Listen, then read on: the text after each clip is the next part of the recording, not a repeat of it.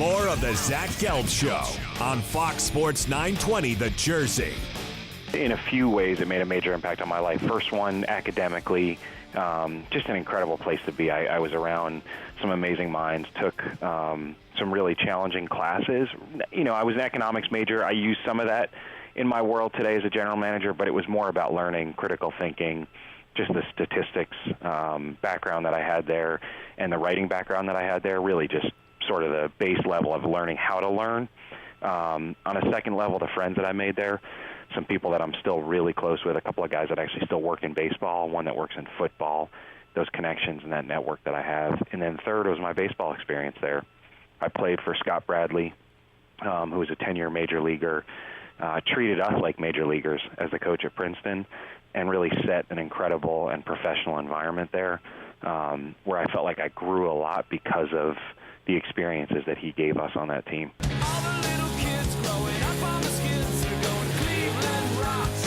The Indians take a 1-0 lead in the 2016 World Series. The man that you just heard from, that was actually from 2 weeks ago when the general manager of the Cleveland Indians and a Princeton alum, Mike Chernoff, joined us on the show, and he had very kind words to say about the Princeton program and his former college manager, and that's Scott Bradley, who's kind enough to give us a few minutes right now, the former big leaguer and the longtime manager of the Princeton Tigers, to talk a little bit about Mike and this World Series. Coach, I appreciate a few minutes, and how are you? I'm doing fine, Zach. How about yourself? Well, I'm doing great on this tremendous Wednesday. Indians up 1-0, and I'm very happy for Mike Chernoff and this area of Princeton. To hear those former words of your former player, what did it mean to you? Well, it means a lot. I'm so proud of all our guys, not just the guys that decided to stay in professional baseball, but you know, all the players that we've had come through our program. But it's really special, you know, me being a baseball guy and having had the opportunity to play for quite a while. You know, those that have had a chance to make their careers in professional baseball. I'm so proud of what they've all accomplished, and needless to say, rooting quite hard for the Indians. No question about that. What does that mean for your program, though? Because it's not only Mike. You have a lot of, whether it's people playing in the big leagues or even other front offices that are affiliated with big league clubs and have ties to Princeton. What does that mean to your program? You know what it means? It means a lot. It means that you know, we've done some things the right way, and it means that we've given some young men the opportunity to live out their own dreams. And you know, we got a World Series title last year with Chris Young pitching for the Kansas City Royals. You know, going for 2 in a row this year. You know, with Mike. But we had this year, at one point, we had 6 of our guys playing in the big leagues. And then Mike Chernoff, of course, was named GM of the Indians at about, you know, the end of last fall, last winter. Mike Hazen became the general manager of the Red Sox, and now recently has just moved to become the general manager of the Arizona Diamondbacks. One of our former players, Brian Stroh, is general counsel for the Pittsburgh Pirates, but has a big impact on the baseball side of things. Matt Grabowski is the analytics expert for the Atlanta Braves. And then Mark Shapiro, who's now the club president for the Toronto Blue Jays, was a former Princeton football player, but we've gotten to know each other. So Princeton is definitely impacting Major League Baseball right now, that's for certain. I have to ask you, because I was joking with it with Mike. I asked him to give me a scouting report about himself, and I want to see if it was accurate. He described himself as a decent middle infielder, had quick hands, not quick feet, had zero power, and was clutch. Is that a decent scouting report from one Mike Chernoff on Mike Chernoff? You know what? It's a great scouting report. You know, Mike was.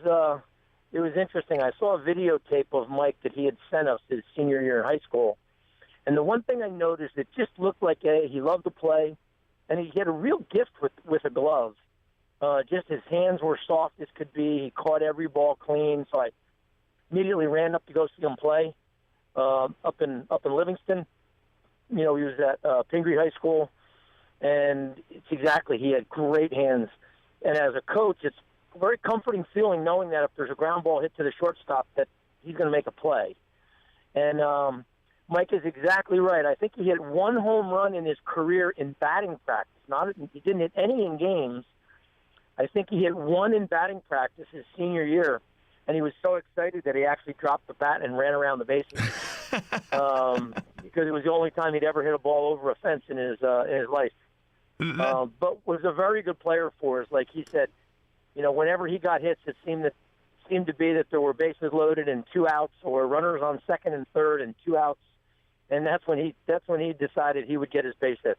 I'm not sure what you thought about him when he was a player, of what he was going to do in his next career, his next phase in life. Obviously, he told us he knew he wasn't going to be a big league player. What are some traits, though, that really did resonate with you when he was at Princeton, that when he got this job with Cleveland, you knew he'd be successful? First and foremost is just a real passion for the game. And I developed a pretty good relationship with Mark Shapiro, even, as I was getting to Princeton. Mark's dad is one of the original sort of baseball agents. Represented Cal Ripken and Eddie Murray and, a lot of the boss guys. So Mark Shapiro grew up in the baseball world, even though he was playing football at Princeton. And I remember Mike Hazen played for me my first year, and Mike wanted to stay in baseball. Mike was drafted, played 2 or 3 years in the minor leagues. And then he wanted to know I'm released now. What do I do? And I can remember picking up the phone and calling Mark Shapiro with Cleveland at the time, and he said, "Is the passion there?" He said, "More than anything else, I need somebody that's got the passion." I said, "Well, this is the right guy." So we sent Mike Hazen to him, and a few years later, I had the exact same conversation with Mike Chernoff, and I knew he wanted to stay in the game. I knew he was, very, very bright, had a real sense and a real good feel for baseball. So I made my second conversation to Mark Shapiro, and I said, "Mark, I got another one for you." And it worked out pretty well. The first 2 guys that I ever sent to Mark Shapiro are now big league GM. So I guess my track record is pretty good. Hey, you got to get a third one, and they'd be calling you a Hall of Famer, maybe. I'll just say this, though. It's really remarkable now that you see these general managers, and it started with Billy Beane, and then Theo Epstein just absolutely perfected it. You're seeing them just become younger and younger and younger. This is Mike's first year, and he's 3 wins away from a World Series. It's remarkable. It really is. And, I think it just has to go. There was a great article. I can't remember what it might have been in the New York Times a few weeks ago, and it was about Mark Shapiro, and they talked about the Cleveland Indians and how many big league GMs had their start with the Indians. And I think it's a real credit to Mark Shapiro with how he does things. When he brings these guys in, you're not afraid to let them work. He wants their opinions. He really lets them grow as people. And I would like to think that Mike Chernoff and Mike Hazen would have had these opportunities had they not gotten their start with the Indians. But I think it's crazy. I think it's like 14 general managers now in the major leagues either got their start or worked for the Indians or worked for Mark Shapiro at some point during their careers.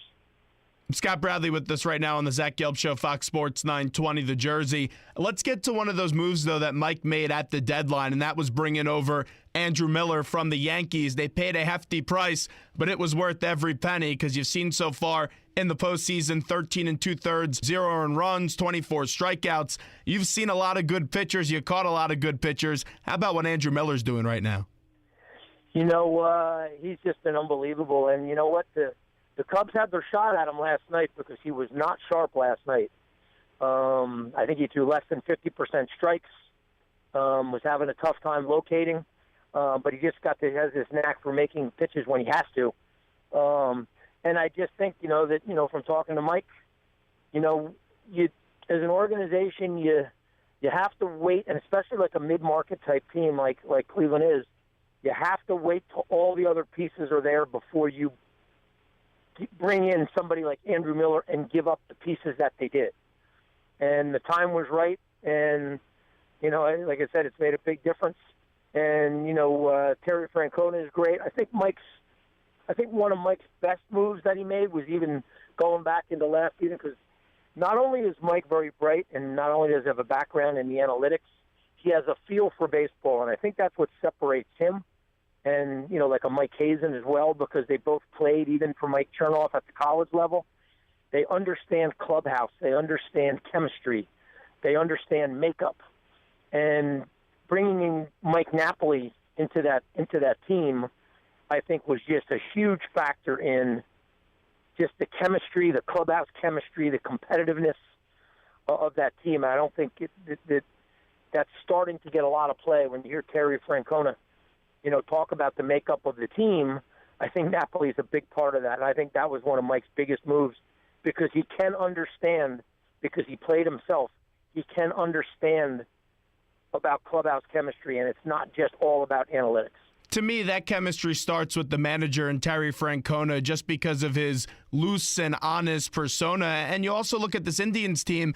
It's not a team that's loaded with superstars. And you bring over an Andrew Miller. He's accomplished everything you can in this game at his position. And you think, okay, this is someone that's probably going to want to be the closer. Allen, their closer right now, said, okay, I'll move around if it has to be. But Miller came in there and he said, I'll do whatever it takes to win this game and win that championship. That no ego part of this team makes it really fun to watch. It is, and I think that's one of the big reasons why they wanted Andrew Miller, because they knew that that's the type of person that he is. I mean, when you look at the number of different roles that he's pitched during his career, Raja Davis, hey, I'll come in, whatever you want me to do. Just the makeup of the team and how they sort of have taken up the loss of their best offensive player in Michael Brantley. I think it's just a real testament to what they've built there, and that the sum is bigger. The sum is bigger than all the parts. It was also so fitting last night that a guy that wasn't even supposed to be playing in the World Series when the Indians thought they were going to get Jonathan Lucroy, and we know that didn't turn out to happen, but a player like Roberto Perez, and he plays that role of unexpected hero and has 2 home runs. It's amazing what's going on. It is, and there's sort of an old saying in baseball that some of the best moves are the ones that you don't make.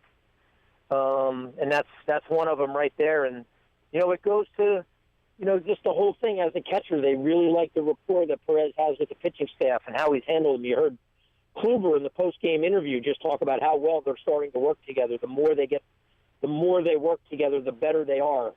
And like I said, just some of the best moves are the ones that you don't make, and you really never want to mess with chemistry late in the season, that's for sure. Scott Bradley with us, and you were so fortunate to catch Randy Johnson, the Hall of Fame pitcher, one of the best pitchers I've ever seen. What made that connection so special between you and Randy?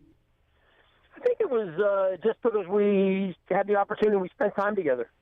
I was a backup catcher, so I wasn't playing every day. So the days that I wasn't playing, which there were a lot of them, I'd sit with Randy and we'd talk. We talked, hitters. We'd talk strategy. I made sure that I caught every one of his bullpen sessions, to see what he was working on, to see what he and the pitching coach were doing together. And I think it's just, it's like anything else. It's communication and kind of getting to know each other. I know you were a professional, but how bad did your hand hurt when you would catch Randy? Believe it or not, he was very easy to catch because when he was wild high. And that's easy as a catcher. The guys that beat your hand up are the guys like Corey Kluber, the guys who throw that really heavy, hard, sinking fastball. Those are the guys that are tough to catch. Randy, you just had to keep your hands nice and loose because, there was going to be plenty on it. But the ball was true, so you could usually square the ball up and catch it in the part of the glove that was designed to. Scott Bradley with us right now on the Zach Gelb Show, the Princeton manager since 1998. Let's look at the Cubbies. Jonathan Lester, you would think, was going to be cool, calm, and collective last night. That was not the case. The Indians got into his head early with the infield single and then also the hit by pitch. It just looked like last night Lester was never able to get into a groove. He was just a little out of sorts. He threw so many close pitches, and, you try to explain sometimes that the umpires in the big leagues are so good that just because you throw a pitch to the catcher's glove doesn't mean it's a strike. And with Quest Tech and the K-zone and all that, the number of pitches that are just a centimeter outside of a line or that just catch a line, and these umpires are back there, they have to decipher, which one is which. And you can see that John just struggled a little bit with the strike zone. But it wasn't like he was wild. I mean, every pitch was just so close. You got to give credit to the Indian hitters and just some misfortune. I mean, you get a swinging bunt down the third baseline. There's nothing anybody can do about that.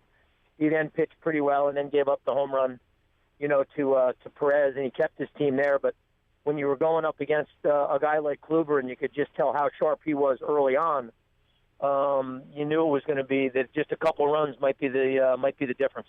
Let me ask you this as a former big league player, because we've seen the dominance of Andrew Miller, and no one has been able to even get a run off him in this year's postseason. If you were at the plate, what would your approach be to try to get some success against him?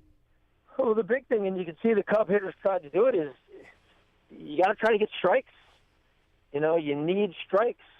And his breaking ball, when I watch, and you brought up Randy Johnson, when I watch Andrew Miller throw his breaking ball, hitters react to his breaking ball the same way they reacted to Randy's breaking ball. That he has a tendency to right-handed hitters to throw it what we call backdoor. He starts away off the plate away and sort of can nip that back corner. And then when he gets ahead, he tries to start it in the middle of the plate, and he breaks it at what we call the back foot. And you could just see, the hitters did a good job of laying off of it for a little bit. But then, Ross, the 3-2 pitch was probably a ball if he could lay off of it. But when you see that out of his hand, in your mind, there's no doubt that that's going to be a strike, and you have to swing at it, and it ends up it's not. So the only way to have success off Andrew Miller is to get him in the strike zone, and that's easier said than done. All the pressure in this series, to me, is on the Cubs, and you saw that offense struggle early on in the NLCS, and they were able to get out of that funk. And last night they had their chances, but they weren't able to come through. As someone that's a manager and deals with trying to have your kids block out some pressure, and I know it's a little bit different when you talk about the World Series to college, but what are some things you do as a manager to try to ease up your team after a tough loss? The first and foremost, and Joe Madden does a great job of this, is you have to be loose. Your team's going to feed off of the energy you have. If you start to change things, if you show any panic whatsoever, it's going straight to your team. So, you lighten up batting practice. You bring some guys out, if they want a little early work, maybe play a little game in batting practice, in terms of, all right, hey, let's see who gets the most base hits this round. But you just make it fun. And at this point in the season, it's all about the hitters.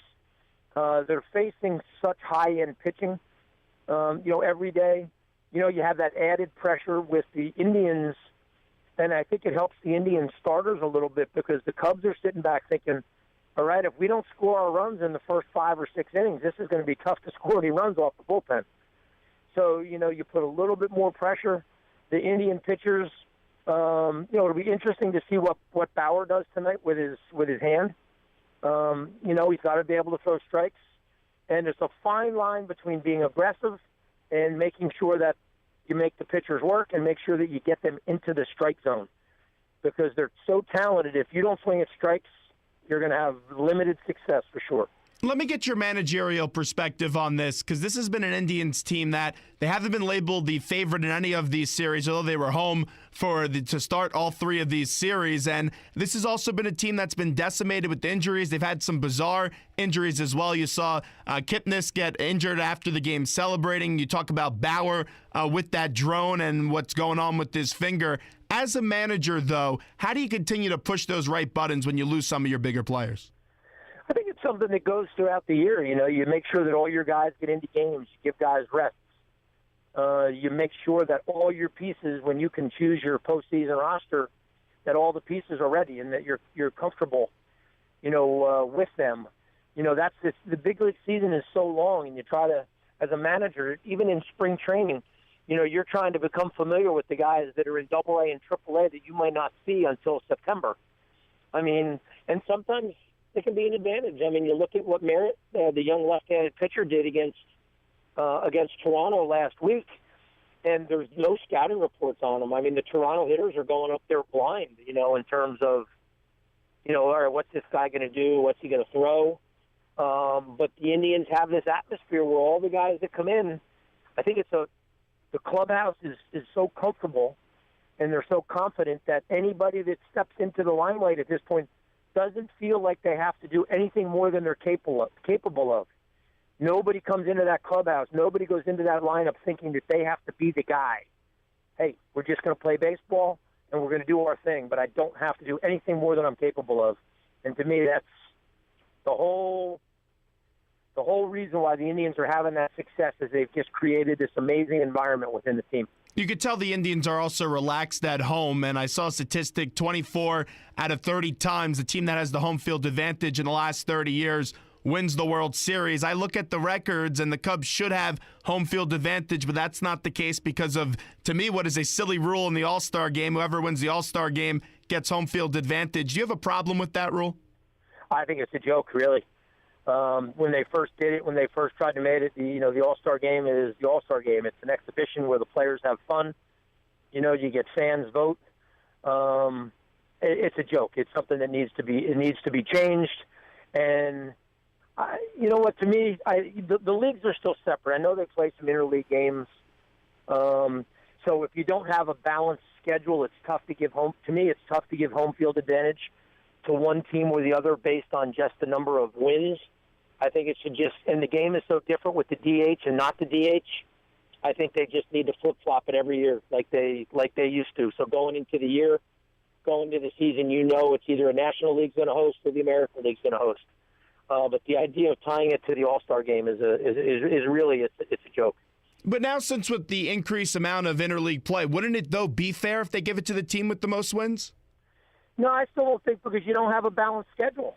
So I mean, say your team, you get the, you have to play against the, you're in the National League and you get to play against the American League East, and the other team, the American League is coming out of it and they're playing against, one of the other divisions. You don't play the same teams. So it's tough. Say if you lose by a game, and the other team's schedule was that much more difficult because they had to play all their interleague games. I don't know. Maybe we came up with something. How about if you took all the interleague games that are played, and whoever has the best record in all of the interleague games played by everybody, maybe that team then gets the maybe National League or American League gets to have the home field advantage because the National League won 5 more interleague games than the whatever. So we could send that one in. We might get some response to that one. Scott, before we let you run, let's just look at your Princeton team for this upcoming year. Tell me a little bit about them. We had a great run last year. We won the Ivy League championship. Did one of those worst to first jobs last year. We have a good number of our players back. We have some talented freshmen, especially on the mound.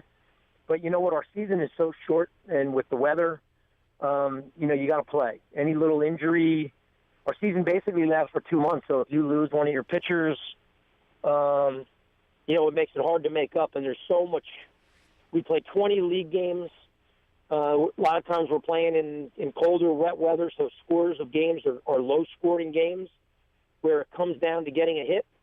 So the Ivy League is the parity and the competitiveness amongst all the teams. It's never been better. So I think we have a good team. I think we'll be in the mix, but until we get out on the field and play, you never know. Scott, appreciate the time. This is a whole lot of fun. Go Tigers. Sounds good. Thank you very much. There he is, the manager of the Princeton Tigers, Scott Bradley, on the Zach Gelb Show, the former big leaguer. I just saw Terry Francona was having a press conference before Game 2 tonight, and Andrew Miller would only be used for 1 inning tonight after throwing a lot of pitches in 2 innings last night for the Cleveland Indians as they got the 6-0 victory. It's going to be Arrieta against Bauer tonight in Cleveland, in the land, Believeland, celebrating the championship performance of the Cleveland Cavaliers last night and then going over across the street to see the Indians take a 1-0 advantage.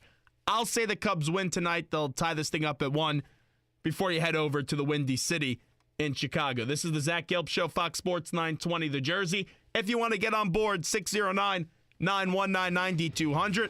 That's 609-919-9200.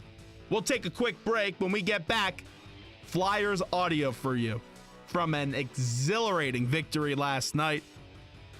And also, I have Temple football tickets to give away. We'll do that next on the Zach Gelb Show.